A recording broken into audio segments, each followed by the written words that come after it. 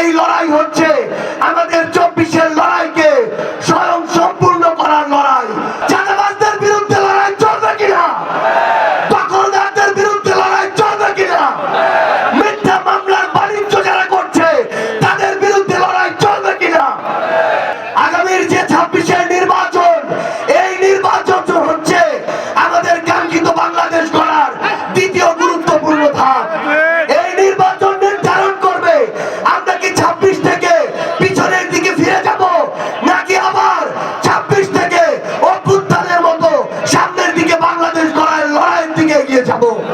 ভালো মানুষের জেলা এই পঞ্চগড় জেলার ঐতিহাসিক চিনিকল মাঠে 10 দলীয় ঐক্যবদ্ধ বাংলাদেশের আজকের এই নির্বাচনী জনসভায় উপস্থিত বাংলাদেশ জামায়াত ইসলামের সম্মানিত আমির ডাক্তার শফিকুর রহমান সহ 10 দলের জাতীয় ও জেলা স্থানীয় পর্যায়ের বিভিন্ন নেতৃবৃন্দ এবং সামনে উপস্থিত এই পঞ্চগড় জেলার আপামর ছাত্র জনতা, আপনাদের সবাইকে জানাই সালাম, আসসালামু আলাইকুম ওয়া রাহমাতুল্লাহ।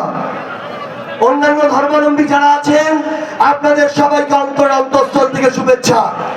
সংগ্রামী ছাত্র জনতা, 2024 সালের অভ্যুত্থানে আমরা এই বাংলাদেশ গড়ার শুধুমাত্র একটা ধাপ অতিক্রম করেছি। আগামীর যে 26-এর নির্বাচন, এই নির্বাচন হচ্ছে আমাদের কাঙ্ক্ষিত বাংলাদেশ গড়ার দ্বিতীয় গুরুত্বপূর্ণ ধাপ।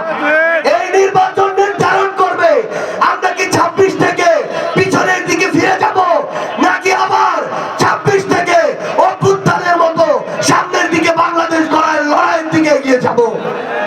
আমরা সামনের দিকে এগিয়ে যাব কিনা? চাঁদাবাজদের বিরুদ্ধে লড়াই চলবে কিনা?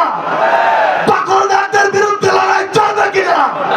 মিথ্যা মামলার বাণিজ্য যারা করছে তাদের বিরুদ্ধে লড়াই চলবে কিনা?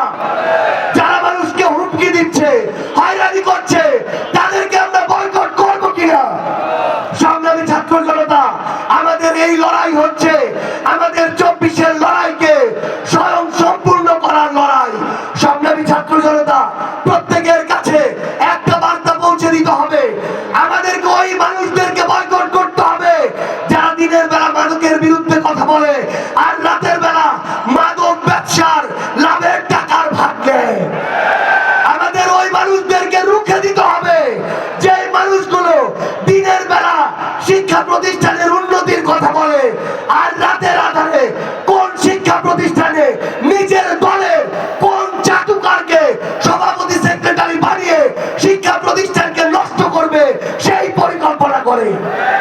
আমাদেরকে ওই মানুষদেরকে বয়কট করতে হবে যারা দিনের বেলা নির্বাচনের আগের 2 মাস জনদরদি হয়ে উঠে নির্বাচনের পরে 4 বছর 10 মাস হারিকেন ধরাও খুঁজে পাওয়া যায় না। আমাদের ওই মানুষদের বিরুদ্ধে দাঁড়াতে হবে যে মানুষগুলো শ্রমিকের সন্তানকে শ্রমিক বানায়, শ্রমিকের পরবর্তী প্রজন্মকে শ্রমিক বানায়, কিন্তু নিজের সন্তানকে বিদেশে পড়াশোনা করায়। আমাদের ওই মানুষদের বিরুদ্ধে আমাদের লড়াইটা চালিয়ে যেতে হবে। যে মানুষগুলো নিরপেক্ষ প্রশাসনের কথা বলে কিন্তু রাতের আধারে প্রশাসনকে প্রভাবিত করে নিরপরাধ মানুষদেরকে হয়রানি করে। সংগ্রামী ছাত্র জনতা, আমি শুধু আপনাদেরকে এই অনুরোধটাই করব, মহান আল্লাহ তাআলা স্বাধীনতার পরে এই প্রথমবারের মতো আমাদেরকে এই সুযোগ দিয়েছেন। আগামী 50 বছরেও এই সুযোগ আসবে কিনা আমরা জানি না। আমরা যেন আমাদের এই আমানতের খেয়ানত না করি। সারা বাংলাদেশের টেকনাফ থেকে তেতুলিয়া, রূপসা থেকে পাথুরিয়া 1,47,570 বর্গ কিলোমিটারে শুধু একটাই গণি হবে 10 দলীয় ঐক্যবদ্ধ বাংলাদেশ ইনশাআল্লাহ। সবার সাথে আবারও দেখা হবে রাজপথের লড়াইয়ে অথবা বিজয় ইনশাআল্লাহ।